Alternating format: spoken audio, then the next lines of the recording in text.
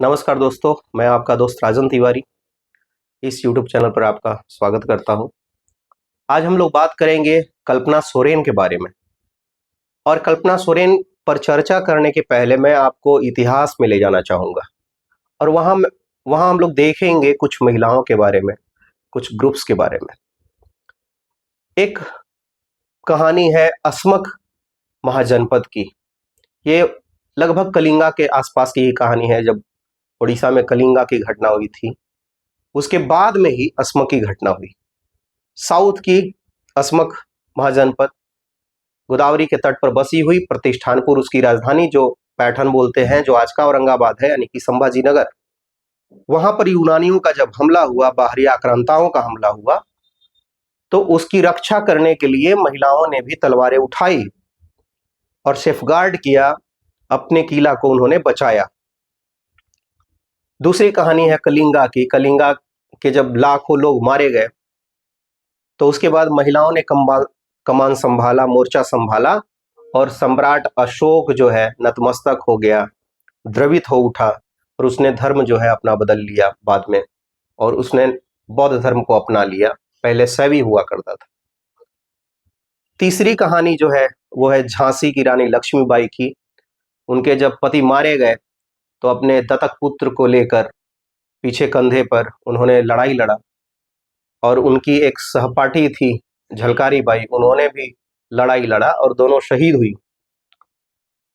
चौथी कहानी उसी समय की, सीधो कान्हू चांद भैरव, जो संथाली समाज से आते थे झारखंड के। उनकी दो बहन थी, फूलो और झानो मुर्मू। उन्होंने भी अंग्रेजों के खिलाफ लड़ाई लड़ी अपने चार भाइयों के साथ में। सारे लोग मारे गए, फूलो और झानो भी मारी गई, और मरने के पहले इन्होंने 21 अंग्रेजों की बलि ली। ये अहम इसलिए हो जाता है कि हमारे यहाँ महिलाएं जो है, जब उनके घर पे, उनके समाज पे जब बाहरी हमला होता है, तो अपना किला बचाते हैं, अपनी रक्षा करते हैं। यहाँ भी, झारखंड में भी, जब किला ढहा जा रहा था हेमंत सोरेन का, तो उसकी रक्षा करने के लिए कल्पना सोरेन आई, जो कल्पना मुर्मू के नाम से पहले जानी जाती थी। मयूरभंज की रहने वाली, ओडिशा की, संथाली परिवार में जन्म हुआ। अब उनके पिताजी आर्मी में रहे, इसलिए वो कई जगह पर पली बढ़ी, और उन्होंने बीटेक के बाद में एमबीए किया। और एक शिक्षित महिला होने के नाते उन्होंने एक प्ले स्कूल भी खोल रखा है, और सामाजिक कार्यों में उन्होंने बढ़ चढ़कर हिस्सा लिया था। लेकिन तब तक उनकी जो है क्षमता पता नहीं चल पाई, जब तक उनके परिवार पर आंच ना आया ईडी रेड का। जब ईडी की रेड हुई, जब तहस नहस करने की कोशिश की गई हेमंत सोरेन सरकार को, जब हेमंत सोरेन के ऊपर में आंच आ गई, तो कल्पना सोरेन ने कमान संभाला। और फिर जब कमान संभाला, तो उन्होंने आंधी की तरह पूरे झारखंड का दौरा किया, और लोग सुनने के लिए उमड़े, हुजूम उमड़ा। संथाल से लेके, छोटा नागपुर से लेके, कोल्हान से लेके, वो जहां कहीं भी गई, उनको सुनने के लिए लोग आतुर थे, देखने के लिए लोग आतुर थे।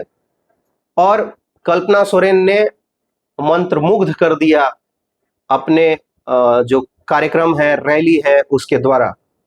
और उन्होंने जो मुद्दे हो सकते थे, जो बातें हो सकती थी, उनको रखा। यदि आप भारत के परिप्रेक्ष्य में देखेंगे, तो कल्पना सोरेन महत्वपूर्ण क्यों हो जाती है। द्रौपदी मुर्मू के बाद में आप देखेंगे तो कोई शेड्यूल ट्राइब का चेहरा आपको महिला में शायद ही दिखे। तो इस नाते कल्पना सोरेन जो है महत्वपूर्ण हो जाते हैं कि जब शेड्यूल ट्राइब से आने वाली महिला है, भारत की गिनी चुनी महिला है। जैसे आप शेड्यूल कास्ट की बात करेंगे, तो मायावती का नाम इसीलिए प्रसिद्ध है, मायावती का नाम इसीलिए महत्वपूर्ण है कि शेड्यूल कास्ट की आने वाली, पॉलिटिक्स में आने वाली महिलाओं में कुछ नामों में मायावती का नाम है। जैसे हमारे यहाँ जो है बिहार झारखंड में मीरा कुमार का भी नाम है, जो शेड्यूल कास्ट से आती है। तो कल्पना सोरेन इस मामले में भी महत्वपूर्ण हो जाती है कि वो एक आदिवासी परिवार से है।